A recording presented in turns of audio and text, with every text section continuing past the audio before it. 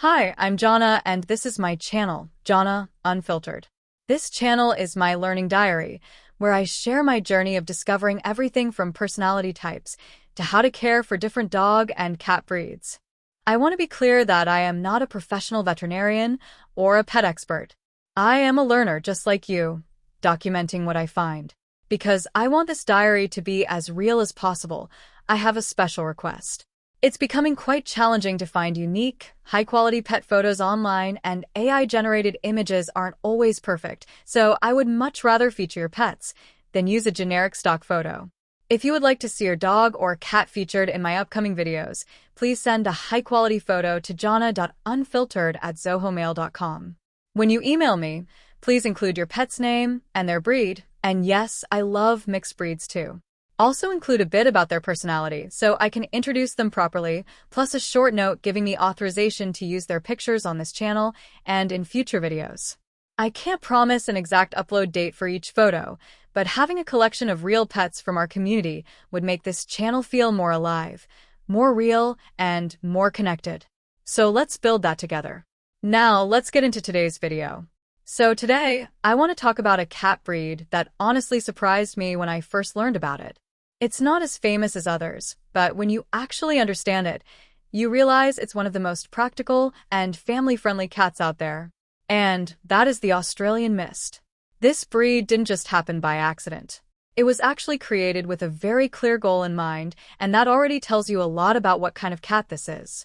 Back in the late 1970s, a breeder named Dr. Trude Streed wanted to create a cat that would be perfect for indoor living, especially in city homes, where space is limited and safety is a concern.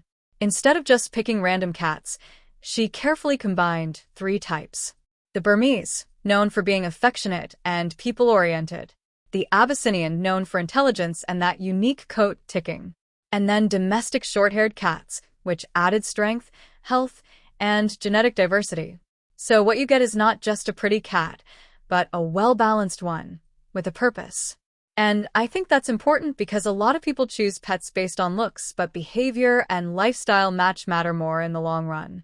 At first, this breed was called the Spotted Mist because of its spotted coat pattern.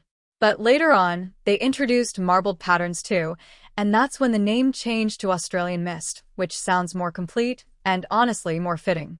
Now, let's talk about what makes this cat look different because this is where things get interesting. The coat is not just one simple layer. It actually has what people describe as a three-layer effect.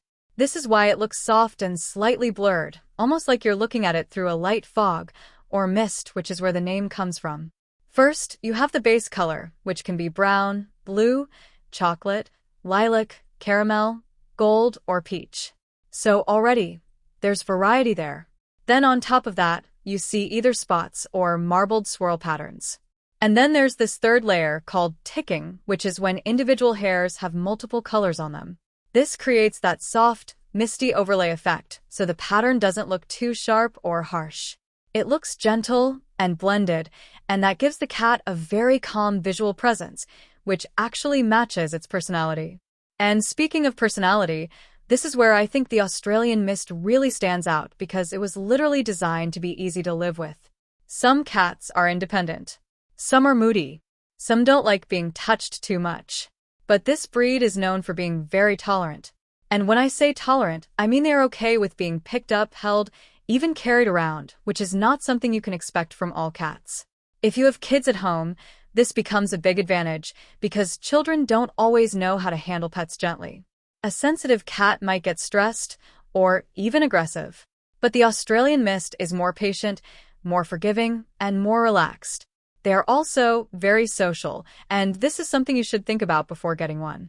If you're the type of person who is always outside, always busy, and rarely at home, this cat might not be the best match for you because they enjoy company. They like being around people, and they might follow you from one room to another, almost like a dog. Some people find that annoying, but others actually love that kind of companionship. It really depends on your personality. Another important point is their hunting instinct, or actually, the lack of it. Unlike many other cats that have a strong urge to chase and hunt, this breed was developed to stay indoors. So they're less likely to roam, less likely to escape, and less likely to bring you gifts like insects or small animals, which, let's be honest, not everyone enjoys. Now, when it comes to care, this is where things become very simple, and I know a lot of people appreciate low-maintenance pets, especially if you already have a busy schedule or limited energy. The Australian mist has short fur and does not have a thick undercoat, so you don't need to brush them every day. A quick brush once a week is usually enough to keep their coat clean and smooth, and this also helps reduce shedding. Health-wise, they are considered quite strong and stable, mainly because of their mixed background. This reduces the risk of genetic problems that you often see in highly specialized breeds. Their average lifespan is around 12 to 15 years, which is fairly standard, but still something you should think about because owning a pet is a long-term responsibility, not just a short-term hobby. One thing you do need to watch, though, is their weight. They love to eat, and since they are indoor cats, they might not get enough natural exercise. So you need to make sure they have toys, activities, or even simple playtime with you because without that, they can gain weight easily, and that can lead to health problems later on. So overall, if I'm going to be very honest and direct, the Australian mist is not the most dramatic or exotic cat, but it is one of the most practical, especially for people who want a calm, friendly, and easy-to-manage companion at home. And sometimes, practical is better than flashy, especially if you're thinking long-term. So now I want to ask you, if you were to choose a cat, would you go for something independent and low contact, or something social that follows you around like a shadow, and why? I'm really curious to know your answer, so feel free to share your thoughts in the comments, because I do read them. Thanks for watching. If this video resonated with you, please consider hitting the subscribe button. I want to be upfront and share that I use this text-to-speech voice to tell my stories because as a full-time ESL teacher, I have to be very careful with my vocal cords. Managing vocal nodules means I have to save my voice for my students, but I didn't want that to stop me from sharing these unfiltered thoughts with you. I'm Jhonna, and I'm currently working toward my goal of 1,000 subscribers so I can finally monetize this channel and turn this passion into a sustainable part of my future. This is my diary of solo living here in the Philippines, and your support, whether through a comment or a sub, helps me keep this channel growing. If you would like to help out even more, you can check out the Buy a Treat for My Pets link in the description. My dogs definitely appreciate the love. Make sure you are subscribed so you do not miss the next update.